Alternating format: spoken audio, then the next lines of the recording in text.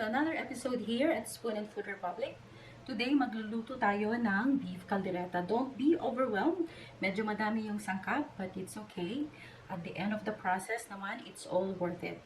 Okay, so for the meat, meron ako ditong beef and then hotdog. Yeah, I love to add hotdog in my beef caldereta because the kids love it. Hinuhuli talaga nila yan. And then for my vegetables, so I do have tomato, potato, carrot, bell pepper, onion, and garlic. And then this is optional. I also add olive sometimes. And then dito meron tayong green peas.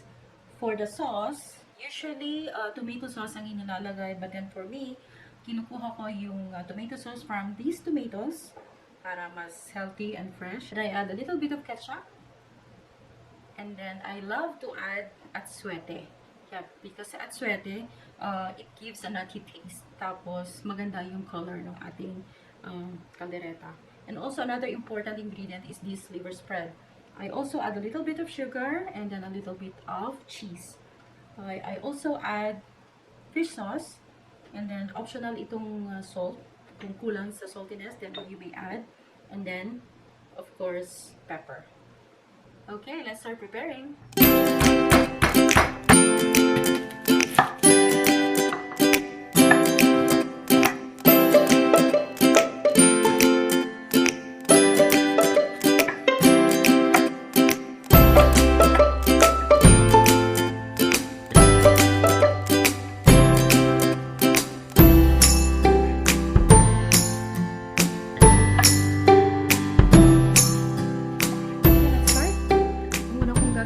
I-fry ko lang ng konti muna yung carrot and potatoes.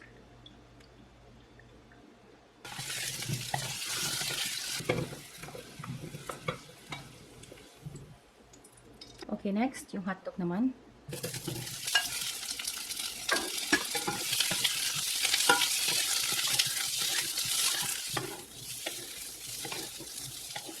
Okay, so pwede na to.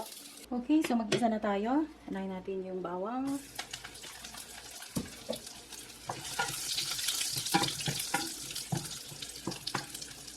Lutuin lang natin hanggang mag-brown.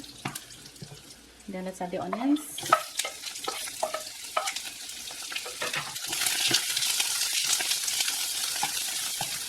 Hindi ko muna ilalagay yung tomato. Bale yung tomato nilalagay ko siya kapag malambot na yung karne.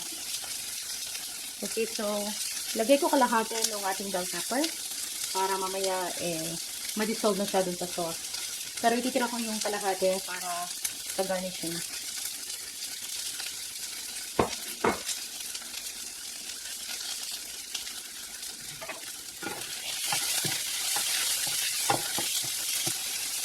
Okay, and then let's add our meat.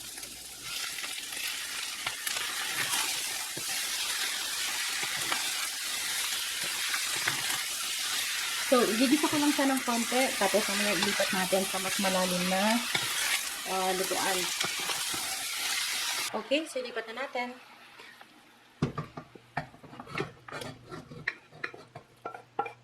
Dagdagan ko muna siya ng mga around 1 cup of water. So, ito, tinubigan ko yung pinaggisahan ko para sumama yung lasa. Okay, so timplahin na natin yung kanyang sabaw. So, nilagay ko yung atsuete. And then yung ketchup. Lagyan ko na rin siya ng pepper.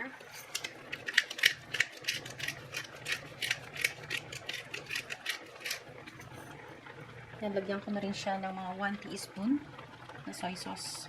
And then, nilagay ko na rin yung aking sugar. So, lutuin lang natin. Okay, so dagdagan ko na siya ng 2 cups of water pa. Tapos, ipalambot na natin.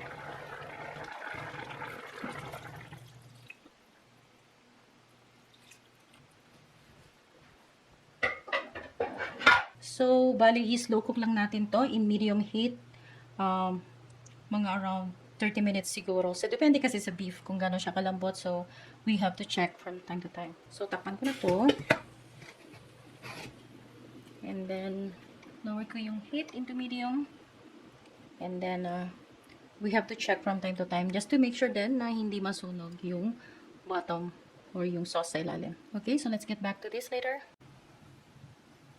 Ayan, kumukulo na to ng 30 minutes. So, i-check natin.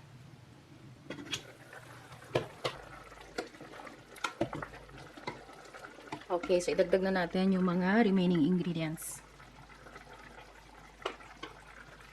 Okay, so idagdag na natin yung liver spread. So, ilalagay ko tong buong can na ito ng liver spread. Then, mix natin sa sauce. And then, idagdag ko na rin yung cheese. So, itong sandwich cheese, itong gamit ko. Cheddar.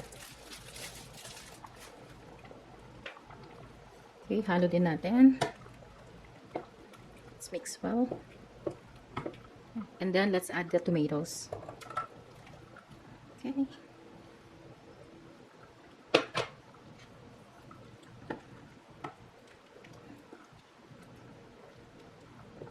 So, ito ipapakulo ko ulit ng another 30 minutes. Medium heat pa din. Ayan, so ito in total, 1 oras na itong kumukulo. So, let's check. Ayan. Medyo malapot na yung sabaw. Okay, so pwede na natin ilagay yung mga vegetables. Okay, so lagay na natin lahat to. Then, ilagay ko na rin yung remaining na bell pepper. Tapos, ilalagay ko na rin yung olives at saka green peas. Okay, haluin natin. So, dagdagan ko lang ng konting tubig kasi yung mga bata gusto yung sabaw. So, konti lang. Okay, mix lang natin. Yeah. So, habang pinapakulo nyo, yung within the whole 1 hour, so you have to check from time to time. Haluin nyo kasi minsan dumidikit yung ilalim. Okay, yan. Maganda na yung color combination. Okay. And then, I can smell right now. Ang bango ng amoy. Okay. So, ipakulo pa natin ng another 15 minutes para maluto yung hotdog at saka yung mga gulay. Okay, let's check. Yung mga gulay mukhang luto na. Check natin kung malambot na. O, yan. Malambot na nga. Okay, so pwede na to. Let's turn off na yung heat.